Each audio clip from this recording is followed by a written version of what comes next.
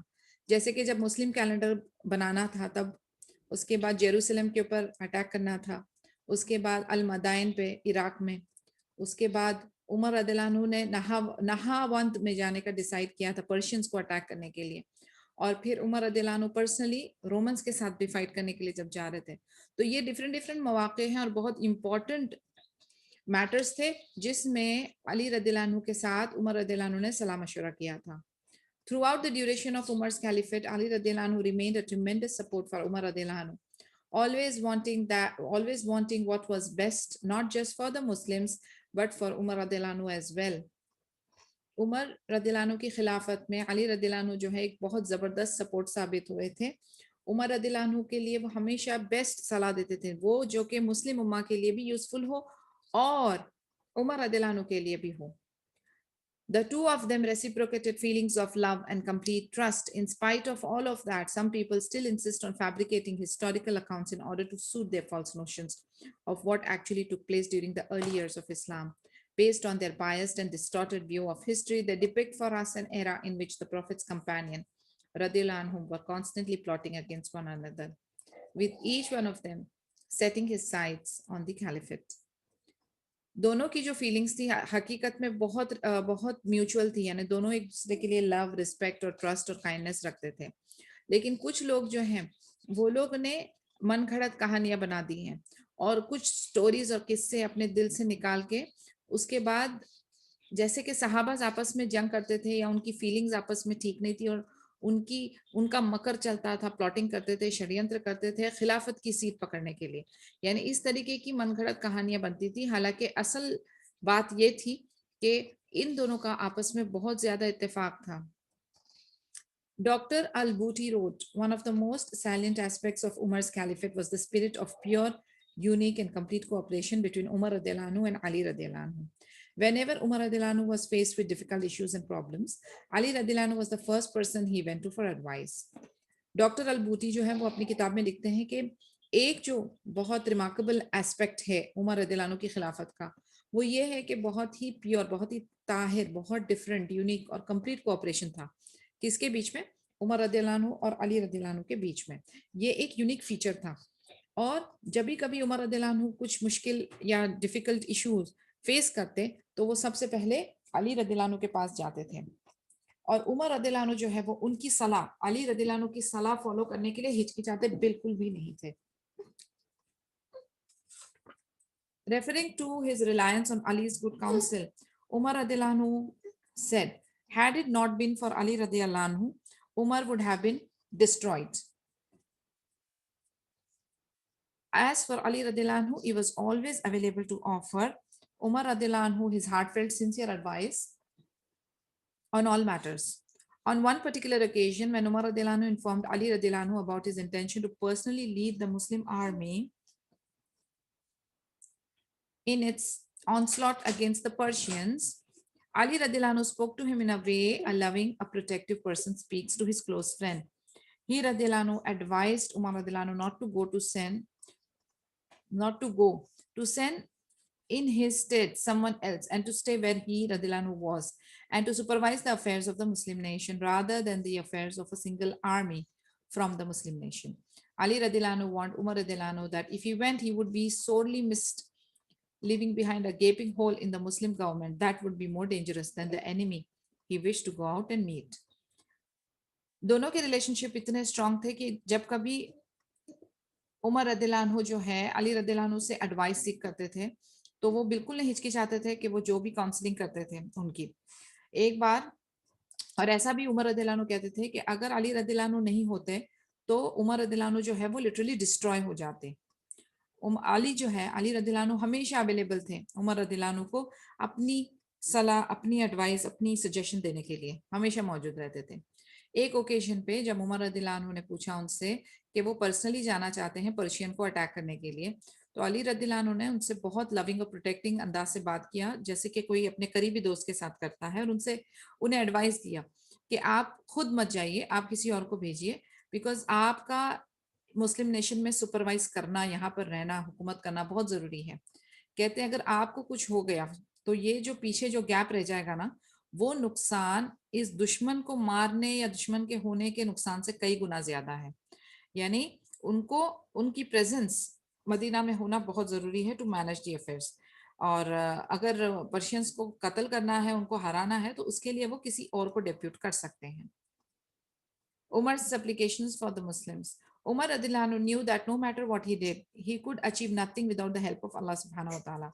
Thus, after he led the people in Isha prayer, he radiallahu anhu would go back to his home and continue to pray until the last hours of the night. Then he would go to Al-Anqab and check on the people. Abdullah bin Umar radiallahu anhu described how late one night he heard Umar radiallahu anhu make the following supplication. O Allah, do not destroy the nation of the Muhammad at my hands. That is, do not allow me to make an ill-advised decision that will lead to their destruction. Umar radiallahu anhu would also say, O Allah, do not destroy us with a famine and lift from us this calamity. And he radiallahu anhu would repeatedly say these words. Umar radiallahu anhu جو ہے انہیں یہ پتا تھا کہ بنا اللہ کی مدد کے کوئی بھی ٹاسک اچیو نہیں ہو سکتا. اسی لیے عشاء کی نماز ختم ہونے کے بعد جب وہ گھر جاتے تھے تو گھر میں جا کر وہ پھر سے عبادت میں مشغول ہو جاتے تھے تہجد تک، اور پھر وہ الانقاب میں نکلتے تھے لوگوں کو چیک کرنے کے لیے، پیٹرولنگ کرنے کے لیے.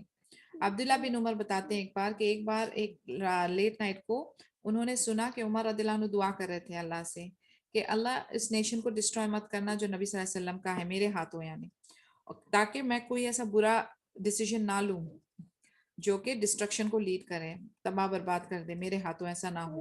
اس کے بعد وہ دعا کرتے تھے کہ اللہ ہمیں سوکھے سے، فیمائن سے ڈسٹروائے نہ کرنا، اور ہم پہ سے یہ جو بھی کلامٹی ہے اس کو اٹھا دو، اور اس کو ریپیٹ کیا کرتے تھے. اب اگر ہم اسے اپنی لائف میں لنک کرنا چاہیں تو ہم تھوڑا غور و فکر کریں، تھوڑا سوچیں کہ کیا ہم لوگوں کی لائف میں ایسے کوئی بندے ہیں جن سے ہم صلاح مشورہ کرتے ہیں، جو اتنے وائز ہیں، اتنے حکمت والے ہیں، جو ہمیں ایسی صلاحیں دیں جو ہمارے لیے فائدہ مند ہو دنیا اور آخرہ کے پوائنٹ آف ویو سے. اگر نہیں ہے تو پلیز آپ ایسے لوگوں کو تلاشیں اور اپنے لائف میں ان کو جگہ دیں. They are very important people in our lives, those who can give us a very good and apt advice. And just to remind you all, ایک مسلمان کو اچھی ایڈوائس دینا اس کا حق بھی ہے. تو this is one of the 6 rights that a Muslim has over another Muslim. تو آپ اگر صلاح دینے والے ہوں تو آپ کو بھی اتنی نالج ہونی چاہیے کہ آپ ایک بہترین صلاح دے سکیں، اور اگر آپ ریسیونگ اینڈ پر ہو تو آپ یہ دیکھیے کہ آپ کس سے صلاح سیکھ کر رہے ہیں، یہ بھی بہت ضروری ہے. تو سوچئے اور سمجھیے اور ایسے لوگوں کو اپنے پاس رکھیے جو کہ اچھے ایڈوائزرز کے طور پہ آپ کے کام آ سکتے ہیں، rather than people جو کہ آپ کو بھٹکا دیں، اصل کام سے آپ کو بھٹکا دیں. ایسے لوگوں سے اجتناب کرنا چاہیے. Umar's supplication on his last pilgrimage in 23 after Hijri. Sa'id bin al-Musayyib said that when Umar radiallahu anhu returned from the Mina valley, he made his camel kneel at Al-Abtah. He made a heap of sand and pebbles and covered it with a part of his robe. Then he lay down on it, raised his head towards the sky and said, O Allah, I have grown old. My strength has waned and my subjects have become scattered. So take my soul, let me die such that I am neither wasteful nor unrestrained. Then he proceeded to the Medina. سعید بن المسیب کہتے ہیں ایک بار عمر رضی اللہ عنہ جو ہے وہ مینا valley سے return لوٹ رہے تھے. پھر انہوں نے اپنے کیمل کو بٹھایا الابتا میں، پھر ایک سینڈ اور پیبل کا ایک ایسا چھوٹا سا ٹیلا بنایا اور اس کو اپنے روپ سے کور کیا اور ادھر لے ڈاؤن کر گئے.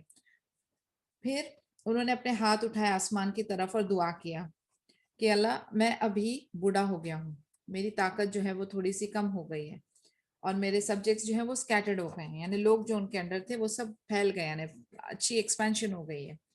تو پھر انہوں نے کہا کہ میری روح کو لو، یعنی لیٹ می ڈائی. اب اگر مجھے موت آتی ہے تو مجھے ایسے سٹیج میں موت آئے کہ میں ویسٹفل نہ ہو، یعنی میرے پاس کچھ آفر کرنے کے لیے ہے اور میں وہ دینا دوں، یعنی پوری طرح سے اپنے آپ کو یوٹیلائز کر دیا جائے. اور پھر وہ مدینہ کی طرف بڑھ گئے. اس کا مطلب اللہ تعالیٰ نے ہمیں جو صلاحیت دی ہیں، جو ہماری پوٹینشیلز ہیں، جو ہماری پروڈکٹیوٹی ہے، وہ سب ہم نے استعمال کر دی. اور ابھی اگر ہم مر جاتے ہیں تو we have emptied our self, that is what he means. تو again a time for self assessment کہ ہم دیکھیں کہ کیا ہم لوگ اپنے آپ کو جو کوالٹیز جو پازیٹیوٹیز ہم کو اللہ تعالیٰ نے دی ہے کیا ہم نے اس کا اچھا استعمال کیا، کیا ہم نے اسے امت کے لیے یوز کیا، کیا ہم نے اپنی آخرہ کے لیے یوز کیا، کیا ہم کمیونٹی ایسٹ ثابت ہوئے. یہ غور فکر کرنے والے نقطے ہیں. His desire for martyrdom. Zayd bin Aslam narrated from his father that Umar radiallahu anhu said, "O Allah, grant me martyrdom in your way and let my death occur in the city of your prophet."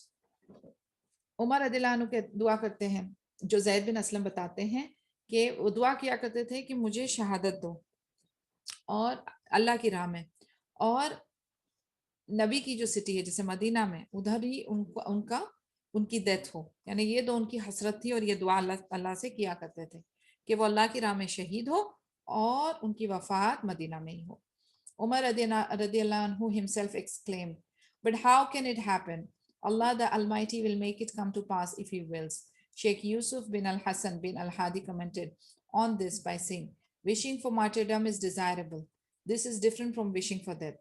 The difference is that wishing for death is a request for death to be brought earlier than its appointed time. A long life is only good for a person.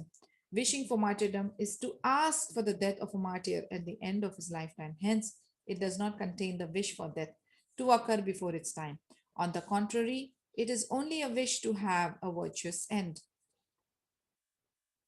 عمر رضی اللہ عنہ نے جب یہ اس کی طلب کی اور دعا کی کہ ان کو اللہ کی راہ میں شہید ہوئے اور مدینے میں ان کی وفات ہو، پھر عمر رضی اللہ عنہ خود ہی کہتے ہیں کہ یہ کیسے ہو سکتا ہے. پھر کہتے ہیں کہ اللہ ہے، اللہ ول میک اٹ ہیپن. اگر آپ اللہ سے دعا کرتے ہیں سچے دل سے، اللہ تعالیٰ کے لیے کن فیکون ہے، it can happen on his own. اس پر شیخ یوسف بن الحسن بن الحادی کمنٹ کرتے ہیں کہ شہادت کی دعا کرنا یا طلب کرنا ڈیزائربل ہے، یہ اچھی چیز مانی جاتی ہے، اور یہ ڈفرینٹ ہے کہ ایک انسان جو ہے مرنے کی طلب کرتا ہے اور ایک انسان شہادت کی طلب کرتا ہے. اس میں فرق ہے. فرق کیا ہے کہ انسان مرنے کی طلب کرتا ہے، اپنی اصل ڈیتھ سے پہلے مرنے کی طلب کرتا ہے، زندگی سے بیزار پریشان، تو وہ سوچتا ہے میرے لیے مرنا آسان ہے. لیکن شہادت کا سلسلہ ایسا نہیں ہے. شہید ہونے میں اللہ کو پلیز کرنے کی بات ہے، اللہ کی خاطر انسان طلب کرتا ہے. تو یہ فرق ہے اس میں. اور جب شہید والی جو طلب کوئی کرتا ہے تو یہ ایک اچھے حسن الخاتمہ کی بات ہو رہی ہے جس سے اللہ راضی ہو جائیں گے، اللہ کی راہ کے لیے، اللہ کی رضا کے لیے. تو اس میں فرق ہے کہ کوئی بندہ ایک مرنے کی طلب کرے اور کوئی ایک بندہ شہید ہونے کی طلب کرے. تو یہ ایک اچھا عمل ہے، اچھی دعا ہے، ہم سب کو کرنی چاہیے. اللہم رزقنا شہادہ، آمین یا رب. Love with Hassan and Hussein radiallahu anhuma. Abu Jafar radiallahu anhu related that when Umar radiallahu anhu was about to distribute a large quantity of wealth, he gathered the companions of the Messenger of Allah sallallahu alaihi wasallam. Abdul Rahman bin Auf radiallahu anhu said to Umar radiallahu anhu, "Begin with yourself, that is, begin to taking your share of the wealth." Umar radiallahu anhu replied, "By Allah, no, I will not do that. Instead, I will begin by giving those who are nearest in relation to the Messenger of Allah sallallahu alaihi wasallam." Therefore, Umar radiallahu anhu began with the children of Hashim, the fellow clansmen of the Messenger of Allah sallallahu alaihi wasallam, Al-Abbas radiallahu anhu, Ali radiallahu anhu, and others. Umar radiallahu anhu continued to distribute the wealth until he reached the members of the Banu Adi bin Ka'ab clan. While distributing the wealth, Umar radiallahu anhu also gave precedence to the people who had fought in the battle of Badr. ابو جعفر بتاتے ہیں ایک بار عمر رضی اللہ عنہ جو ہے ایک بہت زیادہ کوانٹٹی آف ویلتھ ڈسٹریبیوٹ کر رہے تھے، تو انہوں نے صحابہ کو گیدر کیا. تو عبد الرحمن بن عوف رضی اللہ عنہ نے کہا عمر رضی اللہ عنہ کو کہ آپ اپنے سے شروع کریں. تو عمر رضی اللہ عنہ نے کہا واللہ میں اپنے آپ سے شروع نہیں کروں گا، لیکن میں ان سے شروع کروں گا جو نبی صلی اللہ علیہ وسلم کے سب سے قریبی تھے رشتہ داری میں. تو چلڈرن آف بنو ہاشم جو تھے اور ان کے جو کلانس کے تھے ان سے انہوں نے شروع کیا. تو پہلے ان کے چچا عباس رضی اللہ عنہ کو، پھر علی رضی اللہ عنہ کو، پھر دوسرے اوروں کو دینا شروع کیا. پھر وہ پہنچے بنو عادی بن کعب کے کلان میں، اور ان کو پہنچتے پہنچتے انہوں نے کس کو ترجیح دی؟ جو لوگ جنگ بدر میں جنہوں نے حصہ لیا تھا وہ صحابہ کو ترجیح دی. Although Al-Hasan radhiyallahu anhu and Al-Husayn radhiyallahu anhu were young, and he radhiyallahu anhu gave them a share because of their close relation to the Messenger of Allah sallallahu alayhi wa sallam. اب اس وقت الحسن رضی اللہ عنہ اور الحسین رضی اللہ عنہ چھوٹے تھے مگر ان کو بھی شیئر دیا گیا. کیوں؟ کیونکہ وہ نبی صلی اللہ علیہ وسلم کے کافی کلوز ریلیشن مانے جاتے تھے اور نبی صلی اللہ علیہ وسلم کے کافی beloved تھے. After all the robes had been distributed, Umar radiallahu anhu sat down in the Prophet's masjid, somewhere between the pulpit and the Prophet's grave. Meanwhile, people were coming to him, extending greetings of peace to him and supplicating for him. سب کچھ بانٹنے کے بعد، روبز بھی distribute کرنے کے بعد، عمر رضی اللہ عنہ جو ہے مسجد نبوی میں ممبر اور نبی صلی اللہ علیہ وسلم کی گریو مظہر کے بیچ میں بیٹھے ہوئے تھے کہیں پر، اور لوگ ان کے پاس آ کے سلام لے رہے تھے، دے رہے تھے اور دعائیں کر رہے تھے ان کے لیے. Then Al-Hasan radiallahu anhu and Al-Husayn radiallahu anhu came out from Fatima's house, and as they walked by various groups of people, they seemed to be out of place, for unlike the others, the two of them were not wearing the newly arrived robes. Apparently, Umar radiallahu anhu had forgotten to give them their robes, or he did not have any in their size. When Umar radiallahu anhu saw the two of them approaching, a frown formed on his face, for he radiallahu anhu could not believe that he had forgotten them or that they had been left out for some other reason. He radiallahu anhu said to the people around him, I take no satisfaction in having given you clothing, they said. O leader of the believers, you have clothed your people. You have certainly done something good. Umar radiallahu anhu said, I take no delight in what I did because of two young boys who are walking among the people, but who have nothing upon them, that is, who have no robes to wear. Umar radiallahu anhu then wrote a letter to his governor in Yemen, ordering him to send two robes, one for Hassan radiallahu anhu and the other for Hussein radiallahu anhu. And he radiallahu anhu ordered his governor to send the garments in a hurry. Umar radiallahu anhu found closure in the matter only after the robes arrived, and after he radiallahu anhu gave them to Hassan radiallahu anhu and Hussein radiallahu anhu, the two grandsons of the Prophet sallallahu alaihi wasallam. اب سب بانٹنے کے بعد انہوں نے دیکھا کہ لوگ ان کے پاس آ کے سلام دعا لے رہے ہیں، اور پھر انہوں نے دیکھا کہ الحسن رضی اللہ عنہ اور الحسین رضی اللہ عنہ چل رہے ہیں اسی جماعت میں، اور ان کے اوپر وہ روب نہیں تھا. تو عمر رضی اللہ عنہ بہت دکھی ہو گئے. تو لوگوں نے ان سے کہا کہ آپ کیوں نہیں سیٹسفائیڈ ہو؟ آپ نے اتنا اچھا نیکی کا کام کیا، آپ نے اپنے لوگوں کو کپڑا دیا. تو وہ کہتے ہیں کہ مجھے خوشی اس لیے نہیں محسوس ہو رہی کیونکہ آپ کے بیچ میں یہ دو ینگ بوائز چل رہے ہیں اور ان کے پاس وہ روبز نہیں ہیں، کوئی روب نہیں ہے. پھر عمر رضی اللہ عنہ نے امیجیٹلی اپنے گورنر جو یمن میں تھے ان کو لیٹر لکھا اور آرڈر کیا کہ وہ دو روبز بھیجیں، ایک حسن رضی اللہ عنہ کے لیے اور ایک الحسین رضی اللہ عنہ کے لیے. اور جب تک کہ وہ آیا نہیں، وہ ایمرجنسی پہ انہوں نے منگایا، اور جب تک کہ وہ آ نہیں گیا اور انہوں نے ان کو گفٹ نہیں کر دیا تب تک کہ ان کو سکون نہیں ملا. اور وہ معاملہ جو ہے پھر یہ روبز ملنے کے بعد he got satisfied. تو یہ تھا عمر ابن الخطاب رضی اللہ عنہ کا عدل، یہ تھا عمر ابن الخطاب رضی اللہ عنہ کا سلسلہ ان کے ساتھ جن کے ساتھ نبی صلی اللہ علیہ وسلم کا رشتہ تھا، جن سے انہیں محبت تھی، جن کے لیے وہ فکر مند ہوتے تھے.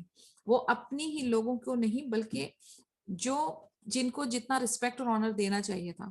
مثلا نبی صلی اللہ علیہ وسلم کی فیملی، جو صحابہ جنگ بدر میں جنہوں نے حصہ لیا، اینڈ ان کی رعایا، یعنی سب کو جو ڈیو رسپیکٹ آنر اور جو شیئر ملنا چاہیے تھا وہ سارا کچھ بالکل برابری سے دیا کرتے تھے. اور اس پروسیس میں وہ اپنے آپ کو ترجیح نہیں دیتے تھے، اپنی فیملی کو ترجیح نہیں دیتے تھے، وچ از سو ان لائک. ہم یہاں پر دیکھتے ہیں کہ ہمارے سامنے جو لیڈرز ہیں یا ہمارے پاس آس پاس جو لوگ ہیں، وہ لوگ خود اپنے لیے ایک پروٹوکول ہوتا ہے، اپنے گھر والوں کے لیے پروٹوکول ہوتا ہے، اپنے لیے اپنے خاص دوست، اپنے جو قریبی لوگ ہیں ان کے لیے ایک پروٹوکول ہوتا ہے. اور جو غریب ہے وہ غریب کا غریب، دور کا دور ہی رہتا ہے، اس کا حصہ بنتا ہی نہیں، یا اس کے تک آئے تک سب کچھ ختم ہو جاتا ہے. This is the difference between Umar ibn Khattab radiallahu anhu and others. Verily, the knots will be loosened. Umar radiallahu anhu believed that without at least some insight into or expertise or experience with ignorance, one cannot fully appreciate the truth. For as he famously said, verily, the knots of Islam will be loosened one after the other, thus making Islam weaker and weaker. When a person who does not know ignorance is brought up in Islam. عمر رضی اللہ عنہ کہتے تھے، blue کرتے تھے اس بات میں کہ اگر آپ کو اس چیز کا احساس نہ ہو کہ اگر آپ اگنورنس یا جہالت یا لا علمی کو اکنالج نہیں کریں گے تب تک آپ سچائی کو، حق کو اپریشیٹ نہیں کر پائیں گے. اور وہ ہمیشہ کہتے تھے کہ اسلام کی جو گارڈ ہے، جو عقد ہے، ناٹ، وہ دھیرے دھیرے دھیرے دھیرے لوز ہو جائے گی، اور وہ لوز ہونے سے اسلام جو ہے وہ کمزور کمزور کمزور پڑ جائے گا، جب تک کہ انسان خود اس بات کا احساس نہ کر لے کہ اسلام کے معاملات میں جہالت طول پکڑ رہی ہے. یعنی a person who does not realize، یا اگر ایک امت یہ ریئلائز نہیں کرتی کہ اگنورنس بہت زیادہ ہو رہی ہے، یا تب تک کہ اسے نالج کی قدر نہیں ہوگی. انہیں اپنی کمزوری کا احساس کرنا پڑے گا، انہیں اس پرابلم کا سلیوشن ڈھونڈنا پڑے گا. آپ کو پتہ ہے acknowledging a problem is half the problem solved. جب تک کہ ہم اس چیز کا احساس نہیں کریں گے کہ پرابلم ہے، تب تک کہ ہم اس کا سلیوشن ڈھونڈنے نہیں نکلیں گے. کچھ لوگ ہوتے ہیں جنہیں کوئی بیماری ہوتی ہے لیکن they are least bothered, they don't even care, انہوں نے کوئی ڈائگنوسس نہیں کرایا، انہیں پتہ ہی نہیں ہوتا کہ یہ بیماری ہے. جب تک کہ آپ کو بیماری کا پتہ نہیں چلے گا تب تک آپ علاج کیسے کروائیں گے؟ تو یہی پوائنٹ کی بات ہو رہی ہے کہ ڈے بائی ڈے دین اسلام کی نوٹ جو ہے وہ ڈھیلی پڑتی جائے گی. لیکن جب تک کہ ہم اس کو اکنالج نہیں کریں گے، اگنورنس کا احساس نہیں کریں گے، تب تک کہ علم کی طرف ہم متوجہ نہیں ہوں گے. It is something to ponder about. کیونکہ آپ دیکھیں acknowledgement is a must. A Muslim nation was built on justice. Nowadays, people give example of Winston Churchill when he said, if our courts base their rulings on justice, then we will have no fear. This point was elaborated by Ibn Taymiyyah. May Allah have mercy upon him, over 800 years ago. Muslim nation جو ہے یہ کس پہ Bullet ہوا ہے؟ یہ عدل پہ بلٹ ہوا ہے، یہ جسٹس پہ بلٹ ہوا ہے، فیئرنس پہ بلٹ ہوا ہے. اور آج کل ہم لوگ کس کے ایگزامپل دیتے ہیں؟ ہم ایگزامپل دیتے ہیں ونسٹن چرچل کے. وہ کہتا تھا ونسٹن چرچل کہ ہمارے کورٹس کی جو بیس ہے وہ جسٹس، عدل کی رولنگز پر ہے. اگر وہ عدل کی رولنگ پر ہے تو ہمیں کسی کا خوف نہیں ہوگا. لیکن یہ نقطے کو یا یہ پوائنٹ کو ابن تیمیہ رحم اللہ نے 800 سال پہلے بیان کیا تھا. During the era of the rightly guided caliphs, the Muslim nation was built on the principle of justice. This is mainly why Muslims were so prosperous during those times. عدل بیس تھا اور اس لیے الحمدللہ اتنی برکت تھی، اتنی پراسپرس تھی وہ والا ٹائم. ابن تیمیہ رحم اللہ کہتے ہیں verily Allah subhanahu wa ta'ala helps a just country even if its people are disbelievers, and he does not help a wrong-doing oppressive country even if its people are Muslims. کتنی simple اور sweet بات ہے. کہتے ہیں کہ اللہ کی مدد اس country پر آتی ہے جہاں پر عدل کیا جاتا ہے، جہاں پر جسٹس ہوتا ہے، چاہے تو وہ نان مسلمس کیوں نہ ہو. اور اگر کسی کنٹری کے اندر اس کی عوام کے ساتھ اس پہ ظلم ہو رہا ہے، غلط کام کرے جا رہے ہیں، تو وہ ادھر برکہ نہیں ہوگی، ادھر اللہ کی مدد نہیں آئے گی حتیٰ کہ وہ کنٹری کے لوگ Muslims who. It is through justice that men become upright, and it is through justice that wealth becomes abundant. Justice, عدل کے ساتھ ہی لوگ جو ہیں وہ صحیح ہوتے ہیں، صحیح راہ پر چلنے والے ہوتے ہیں، اور عدل کے ساتھ ہی ویلتھ، پیسہ، پروگریس بھی عام ہو جاتی ہے. He also said, whoever gives authority to a man over a group, when there is a man in that group who is more pleasing to Allah subhanahu wa ta'ala, has betrayed Allah subhanahu wa ta'ala, betrayed his messengers, and betrayed the believers.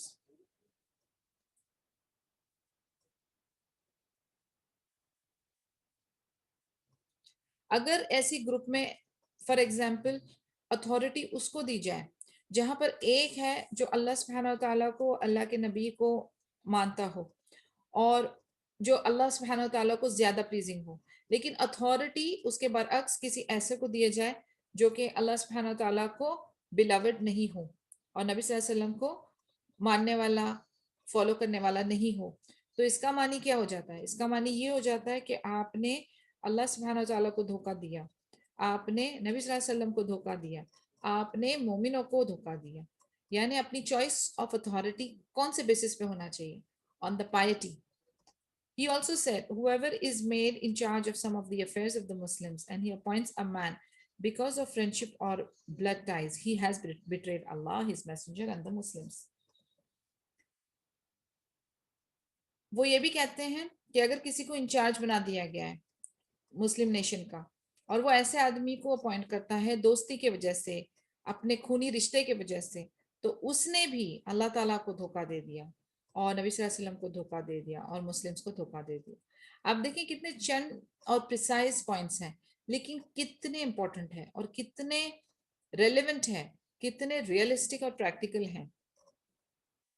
یہی میں آپ سے کہتی ہوں نا کہ ہم لوگ جو ہے نا دوسرے لوگوں کی ورڈنگز, دوسرے لوگوں کی نصیحت کے پیچھے جاتے ہیں, حالانکہ we are sitting on the treasure.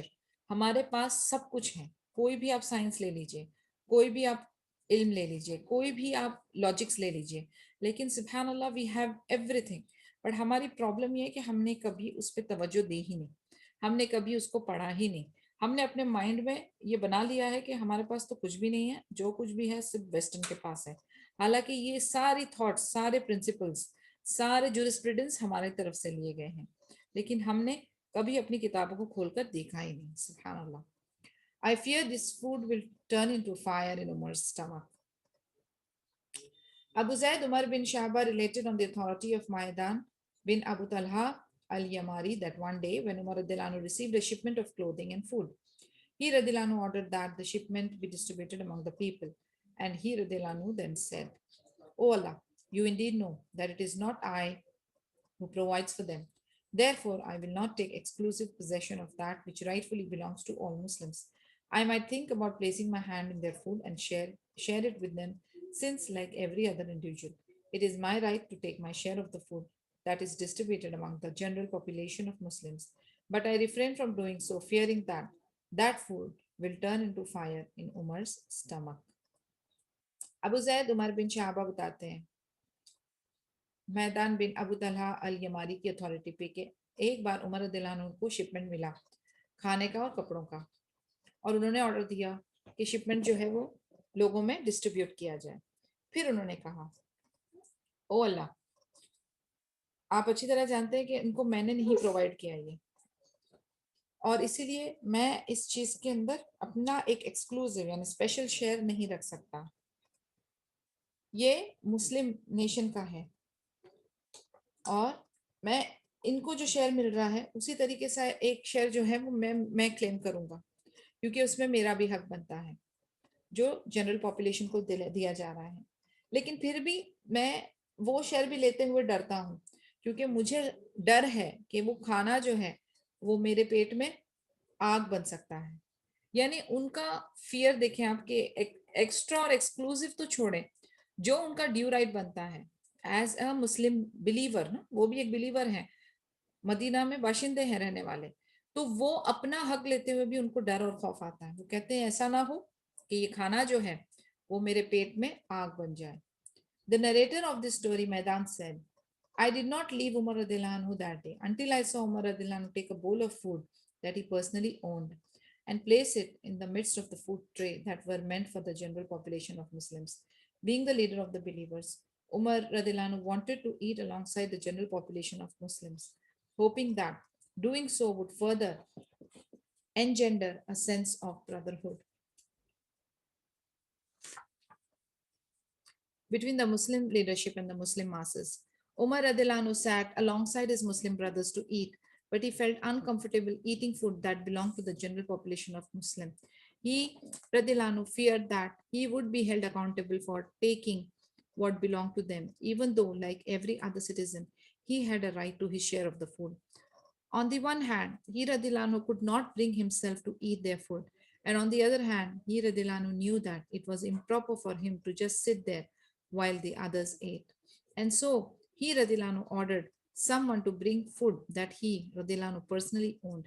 And when his food was brought to him, he ate from it while the others ate from the larger trays, from the food that was commonly owned by them all. This story contains a good example of Umar's wara. It was clearly not unlawful for Umar radhiyallahu anhu to eat food that was commonly owned by all Muslims, since he radhiyallahu anhu, like everyone else, had a right to share of the food. Nonetheless, he radhiyallahu anhu held himself back, desiring instead of his share of the food Allah's rewards in the hereafter.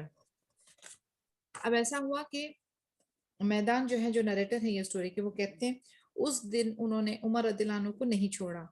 عمر رضی اللہ عنہ نے اپنے کھانا کا جو ان کے پیسوں کا پرسنل فوڈ تھا وہ بول آف فوڈ منگایا اور فوڈ ٹرے کے بیچ میں رکھوایا. وہ جو بڑا فوڈ ٹرے تھا جو جنرل پاپولیشن کی تھی وہ لیڈر تھے بلیورز کے, اور عمر رضی اللہ عنہ کو بھائی چارہ, ایک وہ بردرہڈ, سینس آف بردرہڈ جو ہے وہ انسٹل کرنا تھا, اس لیے وہ ان کے ساتھ کھانا چاہتے تھے تاکہ مسلم لیڈرشپ اور مسلم عوام کے بیچ میں کوئی دوریاں نہ رہیں.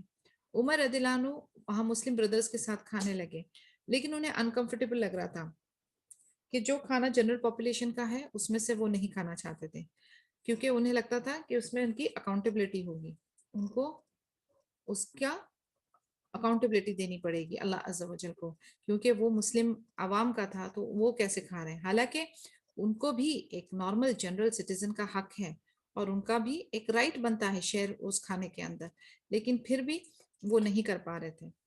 اور پھر سارے لوگ کھائیں اور وہ ایسے بیٹھے ہیں, وہ بھی ان کو اپروپریٹ نہیں لگ رہا تھا, اس لیے انہوں نے آرڈر دیا کسی کو کہ جا کر ان کا پرسنلی جو ان کا کھانا ہے وہ لے کر آیا جائے, اور وہ ان کے ساتھ بیٹھ کے, یہ لوگ اپنے لارجر ٹریز میں کھانا کھا رہے تھے اور انہوں نے اپنے بول میں اپنا جو پرسنلی کھانا تھا وہ کھانا شروع کیا. اس سٹوری سے ہمیں کیا پتا چلتا ہے؟ ہمیں پتا چلتا ہے کہ عمر رضی اللہ عنہ کی ورا, ہم نے یاد ہی ڈسکس کیا تھا, ورا یعنی وہ اللہ تعالیٰ کی محبت کے لیے آپ کیا چیزیں چھوڑتے ہو فار دا سیک آف اللہ عز و جل. تو ابھی ہم دیکھ رہے ہیں کہ عمر رضی اللہ عنہ جو ہے وہ اتنا, ان کو سینس آف اکاؤنٹیبلٹی ہے, اتنا فیئر ہے کہ وہ اپنا حق لیتے ہوئے بھی ان کو ڈر لگتی ہے, ان کو خوف آتا ہے کہ یہ جو کھانا ہے تھوڑے ٹائم کی لذت ہے, لیکن یہ کھانا ان کے پیٹ میں جا کر آگ نہ بن جائے. تو یہ جو ان کا ڈیو رائٹ ہے وہ بھی لیتے ہوئے وہ ہچکچاتے ہیں. اور ہماری حالت کیا ہے, ہم اپنا رائٹ تو چھوڑو, ہم دوسروں کا بھی حق بڑے بے باک ہو کر کھا لیتے ہیں. ہم ذرا سوچتے نہیں کہ کیا یہ کھانا ہمارے لیے حلال ہے بھی کہ نہیں ہے, اس کا سورس کیا ہے, کہاں سے یہ آیا ہے, صحیح ہے کہ نہیں ہمارے لیے, کس کا حق تو ہم نے نہیں مارا, ہم کبھی نہیں سوچتے. اور عمر ابن خطاب رضی اللہ عنہ جو ان کا حق ہے اس کو بھی کنزیوم کرنے سے اجتناب کرتے ہیں. یعنی آپ دیکھیں کس ٹائپ کا تقوی, کس ٹائپ کی ان کے اندر سینس آف اکاؤنٹیبلٹی ہے, کس ٹائپ کے اندر ان کی سینس آف فیئر ہے. And this is what actually is our role model, اور یہ ہیں وہ لوگ جن کو ہمیں شیڈو اسٹیپ انشاءاللہ کرنا ہے. The most beloved people are those who point out my faults.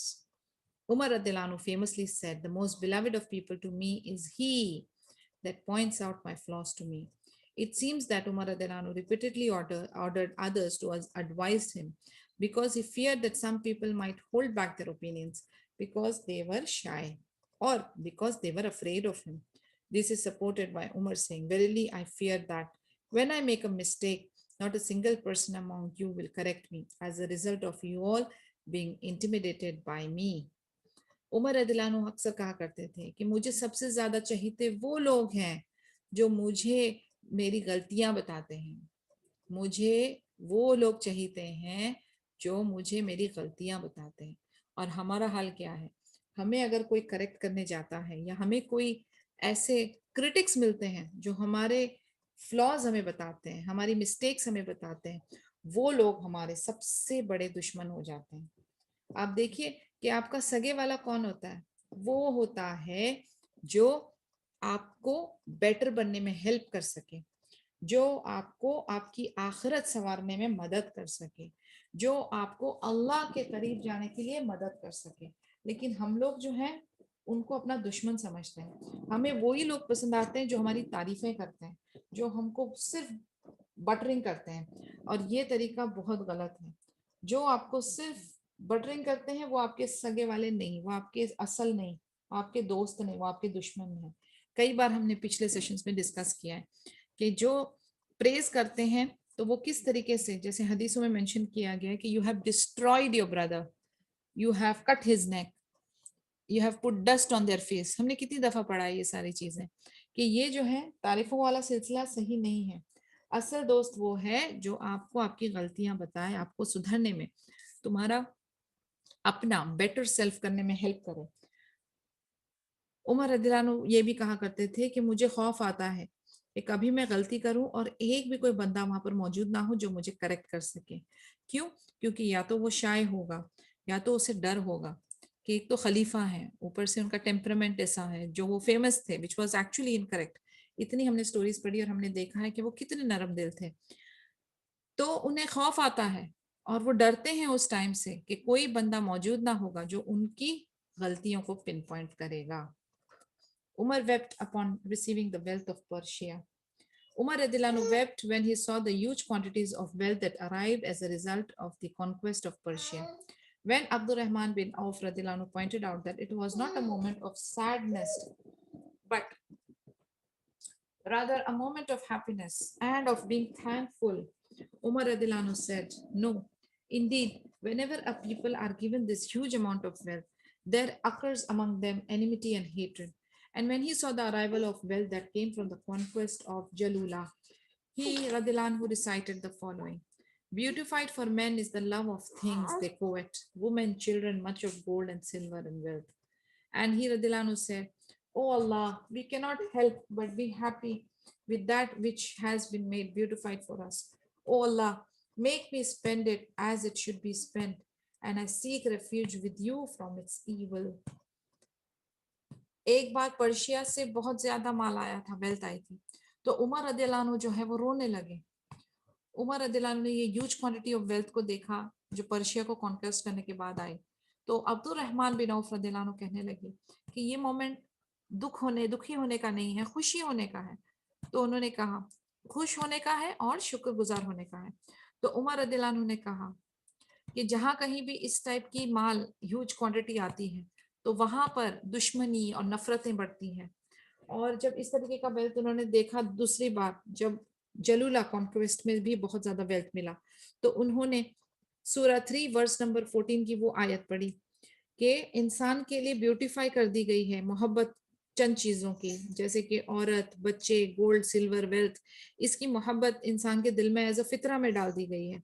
پھر وہ کہتے ہیں کہ او اللہ, ہم کچھ نہیں کر سکتے, مجبور ہیں, ہمیں خوش ہونا پڑے گا جو ہمارے لیے بیوٹیفائی کر دیا گیا, نہیں اس کی محبت ہمارے لیے بیوٹیفائی کر دی گئی ہے تو ہمیں خوش ہونا ہی پڑے گا. لیکن اللہ تعالیٰ ہمیں اس کو صحیح جگہ پہ خرچ کرنے والا بنا اور اس کے ایول سے وہ پناہ مانگتے ہیں. تو کتنی خوبصورت دعائیں کہ اگر اللہ تعالیٰ ہمیں مال سے اور اچھی وہ ساری چیزوں سے نوازتا ہے تو ہمیں اللہ کا شکر ادا ضرور کرنا چاہیے, لیکن اس کے فتنے سے بچنے کی بھی دعا کرنی چاہیے کہ اللہ تعالیٰ نے ہمیں اگر مال دیا ہے تو ہم صحیح جگہ پہ خرچ کر سکیں, ایسی توفیق بھی ہمیں دے, ایسی ہدایہ بھی ہمیں دے. اس کے بعد اس کے فتنے سے, اس کے ایول سے ہمیں بچائے, اس کے شر سے ہمیں بچائے. کیونکہ آپ دیکھیں گے کہ جب زیادہ ہوتا ہے نا, when there is abundance, then it is more difficult trial than the deficit of it. یعنی اگر اس مال کی کمی ہو اس ٹائم پہ ایولز کی گنجائش کم ہے, لیکن اگر اس کی بھرمار ہو تو ایول کی گنجائش زیادہ ہے. اور اسی سیم کنٹیکسٹ میں ہمیں کافی ساری حدیثیں بھی ملتی ہیں. Governor like a caring mother.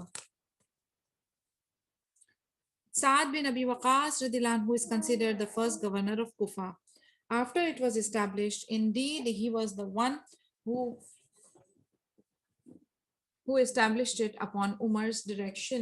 He was the governor of Kufa and the surrounding regions before Kufa was built. Sa'ad radhiyallahu anhu remained the governor of Kufa and played the role there with great perfection. After residing in Kufa, Sa'ad radhiyallahu anhu embarked upon great conquests in Persia. سعد بن ابی وقاص رضی اللہ عنہ جو ہے وہ first governor تھے کوفہ کے. انہوں نے اسٹیبلش کیا عمر رضی اللہ عنہ کے ڈائریکشن پر, اور وہ کوفہ کے اور آس پاس کے علاقوں کے گورنر بنے. سعد رضی اللہ عنہ کوفہ کے گورنر رہے اور انہوں نے اچھی طرح سے اپنا رول ادا کیا, اور پھر کوفہ کے بعد وہ پرشیا کی بھی کانکویسٹ کے لیے نکلے. Sa'ad radhiyallahu anhu also introduced a number of agricultural reforms in his province, such as when a group of local chiefs asked him to dig a channel to serve the farmers in their areas, Sa'ad radhiyallahu anhu wrote to his agents in that area, commanding them to dig a channel for them. So his agent gathered some workers and dug it for them. Sa'ad radhiyallahu anhu نے کافی ساری agricultural reforms بھی اپنے province میں introduce کیا, اور ان کو آس پاس کے جو چیفز تھے ان کو انسٹرکٹ کیا تھا کہ وہ پانی کا جو چینل ہے وہ جاری کریں فارمرز کے لیے. اور اسی طریقے سے انہوں نے بہت زیادہ فارمرز اور جو غریب طبقہ ہے ان کے لیے ایگریکلچرل چیزیں فیسیلیٹیٹ کی. سعد رضی اللہ عنہ نے ارینج کیا جو کوفہ میں تھے ریجن اور ایجنٹس کو انچارج بنایا. عمر ابن خطاب رضی اللہ عنہ سے کنسلٹ کرنے کے بعد جو عوام تھی کوفہ کی انہوں نے بہت اس چیز کو پریز کیا اور وہ سعد بن ابی وقاص رضی اللہ عنہ کو ایڈمائر کرتے تھے. اور جب عمر رضی اللہ عنہ نے جریر بن عبداللہ رضی اللہ عنہ سے سعد بن ابی وقاص رضی اللہ عنہ کے بارے میں پوچھا کیونکہ ان کا ایک طریقہ کار تھا عمر رضی اللہ عنہ کا کہ وہ جو ہے اپنے گورنرز کے بارے میں انفارمیشن لیا کرتے تھے کہ کام کاج کس طریقے سے کر رہے ہیں, تو عوام سے بھی پوچھتے تھے اور ریلیٹڈ آفیسرز جو آس پاس ہیں ان سے بھی پوچھتے تھے. تو اس پر جریر رضی اللہ عنہ نے کہا کہ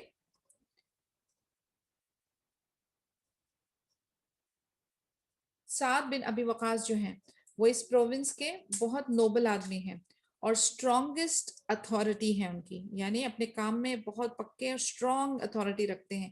اینڈ لیسٹ ہارشنس, یعنی ان کی جو زبان یا ان کا جو طریقہ کار ہے معاملہ وہ بہت مائلڈ ہے, اس میں ہارشنس روڈنس نہیں ہے. He is like a caring mother towards them. He is the strongest of men in times of war and the most beloved of the Quraysh to the people. سبحان اللہ, کتنا خوبصورتی سے انہوں نے ایکسپلین کیا کہ سعد بن ابی وقاص رضی اللہ عنہ جو ہے وہ ایک کیئرنگ مدر, ایک بہت ہی اچھی ماں کی طرح ثابت ہوتے ہیں, بہت اسٹرانگ ہوتے ہیں وار کے ٹائم پر اور بہت پیار والے ہوتے ہیں لوگوں کے لیے اور وقت میں, یعنی اتھارٹی وائز اپنے کام کاج وائز وار جب ان کا دشمنوں سے ہوتا ہے اس time he is very strong and stern, لیکن ادروائز وہ اپنے لوگوں کے ساتھ جو ان کا معاملہ ہے بہت ہی لونگ, بہت ہی کیئرنگ اور بہت ہی سافٹ ہے. اسی طریقے کا معاملہ ہمارا ہونا چاہیے, یعنی we should not compromise on the discipline part with our children but we should be very caring, very concern, very loving otherwise. لیکن ہم سے اکثر غلطی کیا ہو جاتی ہے کہ ہم ڈسپلن کے معاملے میں ڈھیلے پڑ جاتے ہیں اور معاملوں میں ہم سخت ہو جاتے ہیں. جہاں پر ہمیں نرمی دکھانی چاہیے وہاں ہم گرمی دکھاتے ہیں اور جہاں پر ہمیں گرمی دکھانی چاہیے وہاں ہم نرمی دکھاتے ہیں. اس کی بھی بیلنسنگ اور اس کی بھی ایک سوجھ بوجھ ہمیں آنی چاہیے, کیونکہ ہم بات کر رہے ہیں ہمارے بچوں کی جو ہمیں اللہ کی طرف سے ایک بہت بڑی نعمت ملی ہے, اور دوسرا یہ کہ یہ ہماری ثواب جاریہ بھی بن سکتی ہے اگر ہم نے ان کی صحیح تربیہ کی. تیسرا یہ کہ یہ ہمارے لیے ایک رسپانسبلٹی ہے, یہ اس بچے کا حق ہے, یہ اس کا رائٹ ہے, تو ہم اس کو مس یوز نہیں کر سکتے, ہم اس کو ابیوز نہیں کر سکتے. ہمیں جو ہے اچھی طرح سے اپنا جو رول ہے وہ ادا کرنا ہے. Respecting governors after the dismissal. One of the rights of the governors was that they were to be respected even after having been dismissed. When Umar radiallahu anhu dismissed Shurahbil bin Hassana from his post as governor of Jordan, he explained to the people the reason for his dismissal. When Shurahbil asked him, "Did you dismiss me because you are displeased with me, O leader of the believers?" Umar said, "No, I think well of you, but I want a man who is stronger than you." Similarly, he dismissed Sa'ad bin Abi Waqqas radhiyallahu anhu from his post as governor of Kufa. Perhaps he thought that in order to protect Sa'ad's dignity, he should keep him away from people who used to criticize him with regard to his prayer, even though Sa'ad radhiyallahu anhu most closely imitated the prayer of the Messenger of Allah sallallahu alaihi wasallam. Because of his knowledge of how the Prophet sallallahu alaihi wasallam performed the prayer, thus Umar radhiyallahu anhu dismissed him out of respect for him, so as to protect him from exposure to the ignorant. عمر رضی اللہ عنہ صرف جو آن duty governors ہوتے تھے ان کی respect ہی نہیں کرتے تھے, بلکہ جن کو ڈسمس کر دیا جاتا تھا ان کو بھی کافی آنر اور ڈگنیٹی کے ساتھ ان کے ساتھ معاملہ کرتے تھے. ابھی ہمارے پاس 2 ایگزامپلس ہیں, جیسے کہ عمر رضی اللہ عنہ نے شراحبل بن حسنہ جو کہ جارڈن کے گورنر تھے ان کو ڈسمس کیا. جب شراحبل نے ان سے پوچھا کہ آپ نے مجھے کیوں ڈسمس کیا, کہ آپ مجھ سے خفا ہیں, ناراض ہیں تو یا راضی نہیں ہے ان سے, تو انہوں نے ان سے کہا کہ نہیں, میں آپ کے لیے بہت اچھا سوچتا ہوں, آپ کے بارے میں بھی بہت اچھا سوچتا ہوں, لیکن مجھے کوئی اسٹرانگر آدمی چاہیے اس پوزیشن کے لیے. اسی طریقے سے سعد بن ابی وقاص کو جب کوفہ کے گورنرشپ سے نکالا گیا تو انہوں نے سعد رضی اللہ عنہ کی ڈگنیٹی کو سیو کرنے کے لیے کیا, کیونکہ کچھ لوگ جو تھے وہ ان کی صلاح، سعد رضی اللہ عنہ کی صلاح کے لیے ان کو کرٹیسائز کرتے تھے. یہ لوگوں کی نالج نہیں تھی، ان کی لا علمی تھی. لیکن سعد رضی اللہ عنہ جو ہے نبی صلی اللہ علیہ وسلم کو بہت کلوزلی امیٹیٹ کرتے تھے صلاح کے لیے، اور ان کی نالج جو تھی وہ بہت واسط تھی اس کے ریکارڈز میں. تو اسی لیے اس کو سیف گارڈ کرنے کے لیے، اس کی ڈگنیٹی کو پروٹیکٹ کرنے کے لیے عمر رضی اللہ عنہ نے ان کو ان کی پوزیشن سے ہٹایا، تاکہ وہ جاہلوں کے جو طرف ان کا ایکسپوجر ہو رہا تھا اس سے وہ بچ جائیں. تو آپ دیکھ سکتے ہیں کہ کتنی دور اندیشی تھی، کتنی حکمت تھی، کتنی تھنکنگ تھی، کتنا ڈیپ میننگ ہوا کرتے تھے ان کے سٹیپس میں، اور کس طریقے سے ان کے معاملات ہوتے تھے کہ آپ دیکھیں جو لوگوں کو نکالا جا رہا ہے ان کی بھی سمجھداری دیکھیں، اور جو اتھارٹی نکال رہی ہے ان کی بھی سمجھداری دیکھیں. دیر از نو ill feeling, there is so much of mutual understanding and respect among themselves. اور یہ چیز نا جب تک آپ کو دین کی سمجھ بوجھ نہ ہونا تب تک یہ نہیں آ سکتی، کیونکہ ورنہ ہمارے چھوٹے سے ایکشن یا چھوٹے سے ڈیسیژن پہ لوگ جو ہیں صرف ناراض ہوتے ہیں، صرف لڑتے ہیں، صرف مس انڈرسٹینڈنگ، مسٹرسٹ اور ڈس ریسپیکٹفل چیزیں ہوتی ہیں.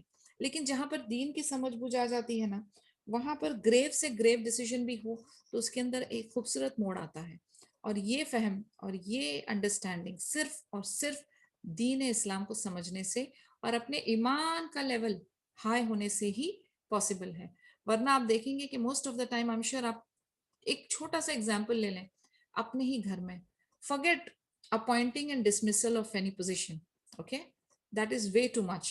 آپ دیکھ لیں کہ کبھی کوئی شادی کا ماحول ہو یا کوئی فوتگی کا ماحول ہو یا کوئی بھی ایونٹ ہو گھر میں، آپ دیکھیں گے کہ like if I think of something like that، بڑوں کے بیچ میں لڑائیاں ہی ہوتی رہتی ہیں، کوئی نہ اتفاق، کوئی نہ کوئی مسئلے مسائل، سلی باتوں کو لے کر، پروٹوکولز کو لے کر، چھوٹے چھوٹے مسئلے مسائل کو لے کر اتنا جھگڑے، اتنے مس انڈرسٹینڈنگ، اتنا بات کا بتنگڑ. یعنی یہ سب کیا ہے اور کیوں ہے؟ آپ دیکھیں گے کہ یہ صرف لا علمی ہے. جنہیں دین کی اصل سمجھ بوجھ ہوتی ہے ان کے اندر ایک ٹھہراؤ آتا ہے، ان کے اندر وہ فاسٹ جمپنگ ٹو کنکلوژن والی ایٹیٹیوڈ نہیں آتی، ان کے اندر بدگمانی نہیں آتی. سبحان اللہ. ہمیں یہی کوشش کرنی چاہیے کہ ہم جو بھی دین کے بارے میں سیکھ رہے ہیں، جو بھی علم حاصل کر رہے ہیں، اس کو اپنی لائف میں اپلائی کریں، امبائب کریں، اپنے والوں کے ساتھ شیئر کریں. اور ایسے مومنٹس جب اس کا ہمیں مظاہرہ کرنے کا موقع ملتا ہے تو بالکل بھی پیچھے نہ ہٹیں. Show the best of character, show the best of patience and continue as good believers, کیونکہ آپ کا اجر جو ہے وہ انشاءاللہ تعالی اللہ عز و جل کے پاس ہے. On that note, I would like to conclude today's session. اگر کوئی کوشچن ہے تو آپ پلیز انمیوٹ کریے، otherwise I will close. سبحانک اللہم و بحمدک، اشہد ان لا الہ الا انت، استغفرک و اتوب الیک. السلام علیکم ورحمۃ اللہ وبرکاتہ.